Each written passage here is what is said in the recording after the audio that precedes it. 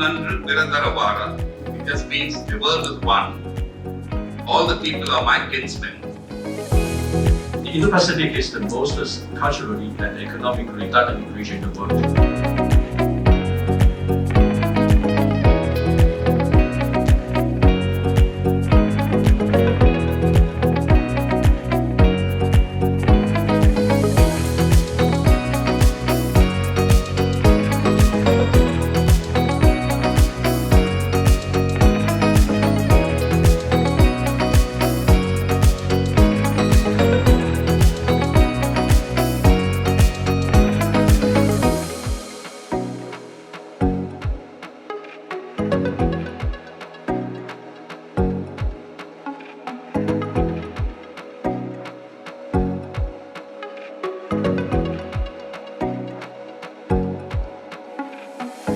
Platform we created today, the dialogue we have today, we will continue. And perhaps later this year or next year, we will have the second run. Tamil Nadu is here to partner with you for the collective good, for preserving this very crucial last frontier, the Indo-Pacific region. It's a very, very well organized conference.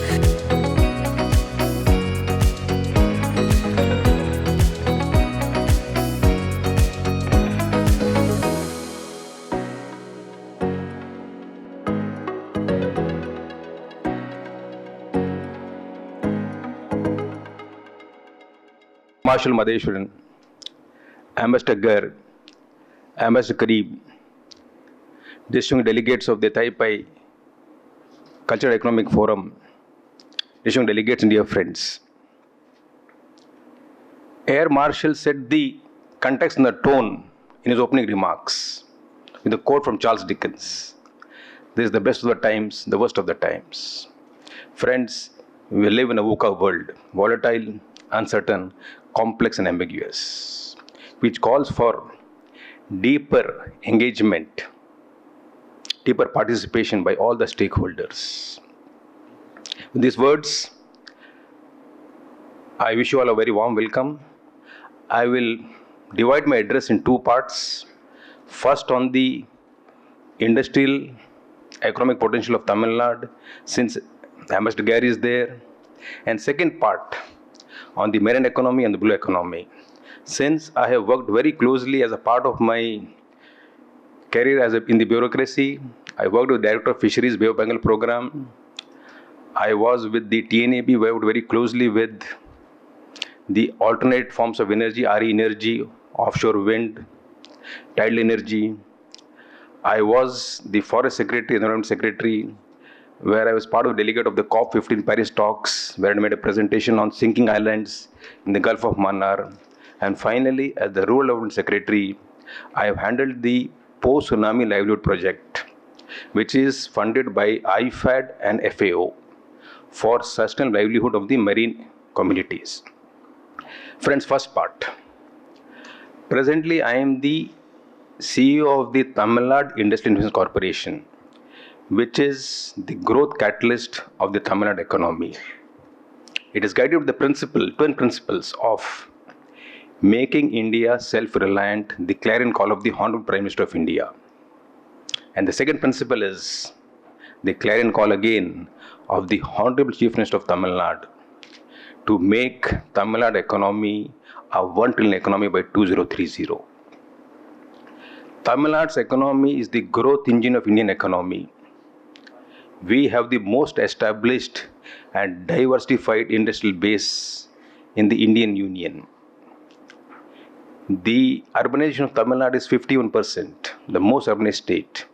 We have urban industrial clusters across the length and breadth of Tamil Nadu, right from Tuticorin to Krishnagiri, from Coimbatore to Kadalur, Chennai. No other state has got this kind of dispersal of its urban centers and industrial clusters. Ambassador was mentioning about partnerships. For Taiwan investments, Tamil Nadu is the natural choice. We are hosting our flagship event, the ELSINA, the Association of the Electronics and the Hardware Manufacturers of India in Chennai in February. About 60 to 70% of electronics output of Tamil Nadu, of India, is from Tamil Nadu. Tamil Nadu is the rightful destination for all investments in the electronics sector. Foxconn is already there. I request Mr. Gair to please send a delegation for this LCNI event. Huge business opportunities will open for the Taiwanese companies. We have several mega clusters. One cluster is in Chennai, which is the auto, the EV cluster, and the electronics. The second cluster is opening up in Hosur. Again, electronics, EV, defense, and engineering clusters. So this kind of opportunities, this kind of ecosystem is unmatched anywhere. Let's leverage the visionary leadership of the Honorable Chief of Tamil Nadu and maximize the returns. The key strength of Tamil Nadu is its throughput. Tamil Nadu provides three kinds of leaderships: thought leadership, technology leadership, and throughput leadership. The per capita investment of your capital, the maximum returns will be in Tamil Nadu in view of its entire dimension of ecosystems, of its law and order situation, qualified workforce, well-developed industrial base. So ideally, Tamil Nadu is the destination for all investments. I once again request Ambassador Gair and his team to please participate in the LCNI event in February and also in further events, and make Tamil Nadu your partner state, your ideal destination for investments. Friends, the next part, the blue economy, Indo-Pacific blue economy. The key challenge for us today is climate change. Climate change is a clear and present danger staring at us. And all the stakeholders have to come on board. It just cannot be an effort of the government agencies or few other institutions. All stakeholders have to come on board to mitigate and fight this clear danger. As Ambassador Karim was mentioning, Bay of Bengal is the epicenter of the Indo-Pacific region. Maximum world's population is based here. The key developments will happen here, but they are threatened by the impact of climate change.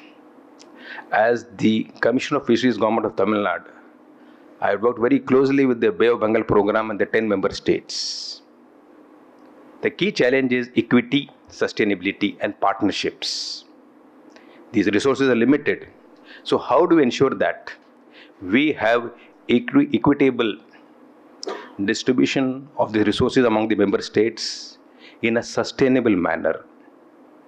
Friends, here the role of women is very, very important. Any development which is not engendered,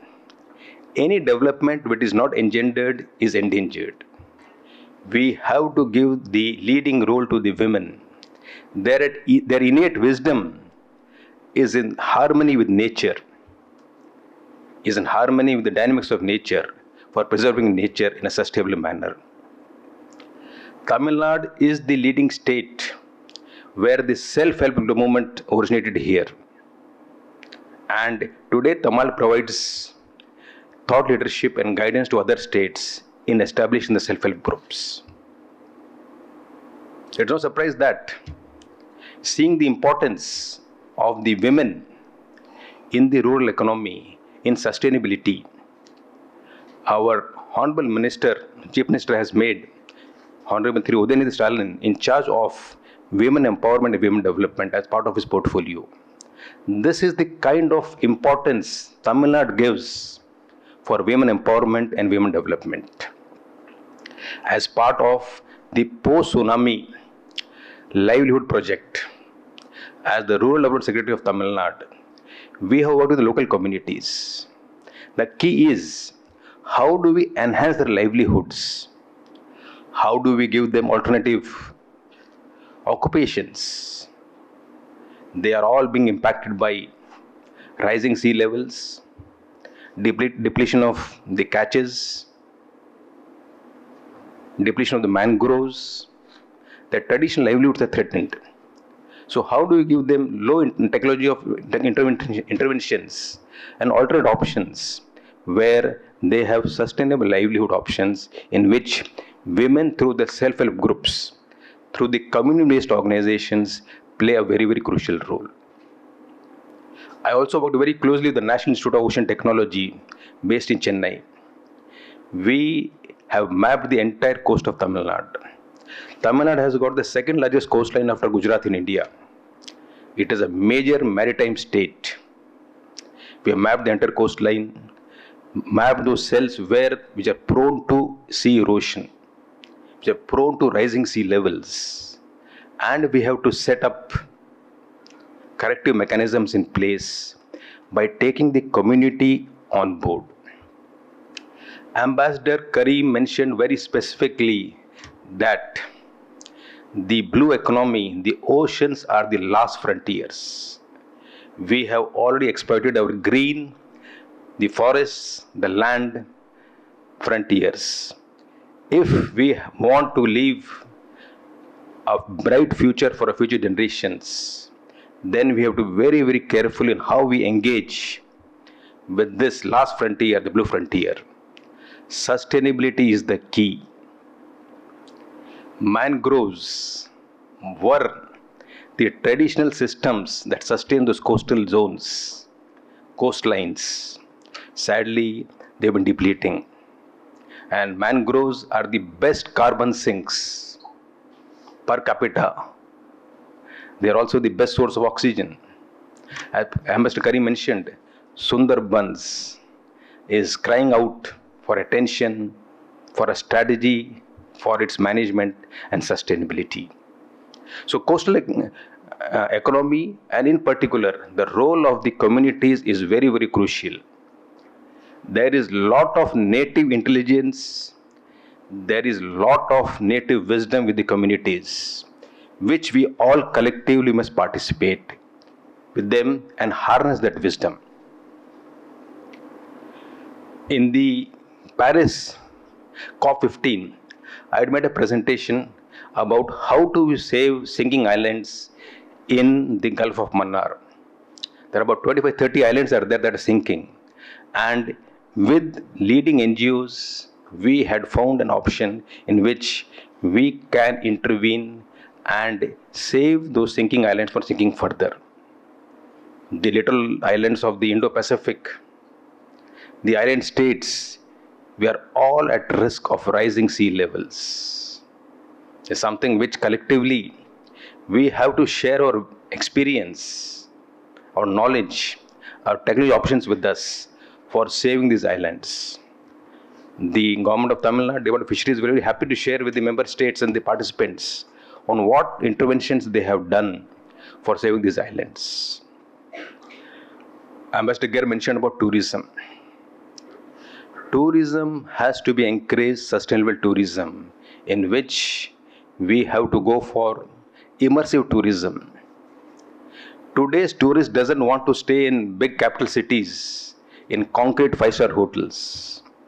He wants to have an immersive experience of tourism, live with the communities, see their lifestyles, participate with their daily activities.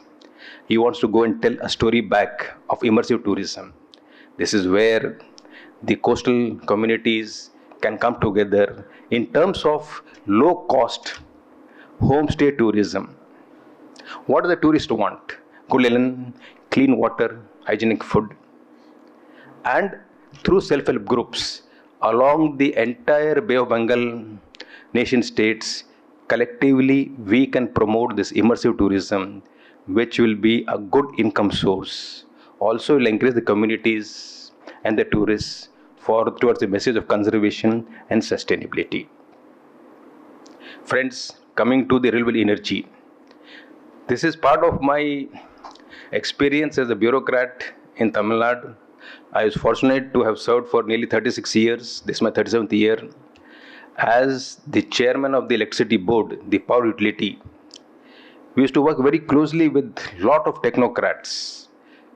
Can we harness the power of tidal, harness the temperature differential, and go for low solutions? A lot of thought is going on that.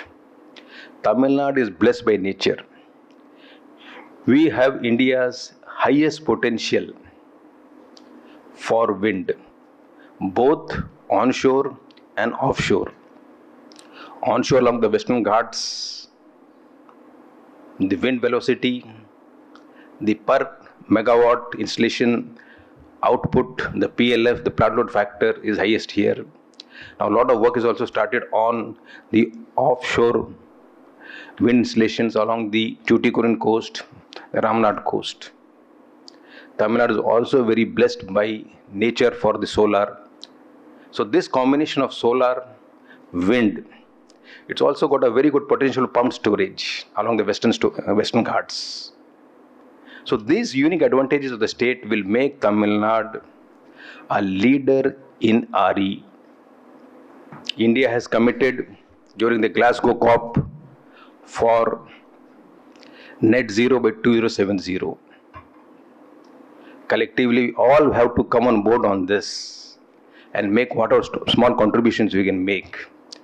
Green hydrogen is going to be a big thing in the days to come. India definitely is going to be positioned as the leader in RE space. And green energy will mean a big contribution for mitigating climate change efforts, for saving our coastlines, our island states, our communities, and preserving these blue oceans for our generations in their pristine glory. Professor Kari mentioned about plastics, air management with plastics. It's a huge danger. But we've seen those images where plastic waste size of nations is floating on the oceans. How do you dispose that? Small contributions by us in being sensitive enough to plastics usage is a big step. Any small measure is not a small measure. Any small contribution by any individual is not a small measure.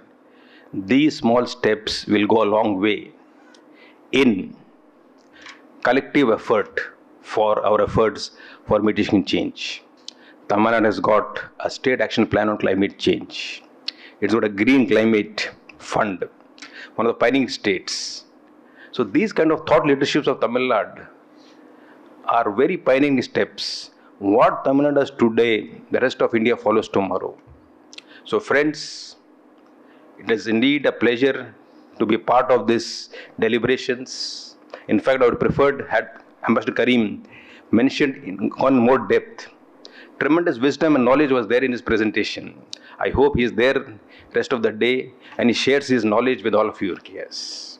Once again, I thank the organizers for inviting me for this event. And I request all the delegates here, let's leverage the vision leadership of the Chief Minister of Tamil Nadu. Let's leverage his thought leadership, his technology leadership, his throughput leadership in providing a platform in which Tamil Nadu as a key state, as the state with the second largest coastline, as a key maritime and a marine state of India, provides leadership, takes proactive steps in the Bay of Bengal program, and those lessons for community, harnessing power of community, for RE, for saving sinking islands, mangrove conservation, you name it. Tamil Nadu has also been the forefront of olive ridley conservation. Olive ridley again is a very important species of this Indo-Pacific region. We have several nesting sites in Tamil Nadu. We have taken several proactive steps in ensuring that the fishing technology of the fishing communities do not harm them. And as long as olive related turtles are there in this ocean, the ecology of the oceans is in a safe zone, in a comfort zone. It's a very important species. Professor Ambassador Kari was mentioning about corals. The Great Barrier Reef, they are dying out. One of the reasons is acidification of the oceans. We also have corals in the Gulf of Mannar. We have India's only marine biosphere in Gulf of Mannar, where we take steps to protect the corals, the seagrass, the dugongs there. So these are very steps Tamil Nadu has taken. So friends, let's leverage the vision leadership of the Honorable of Tamil Nadu. Tamil Nadu is here to partner with you. And as the representative government of Tamil Nadu, I seek your partnership, all the stakeholders' engagement for the collective good, for preserving this very crucial last frontier, the Indo-Pacific region. Thank you. Good day.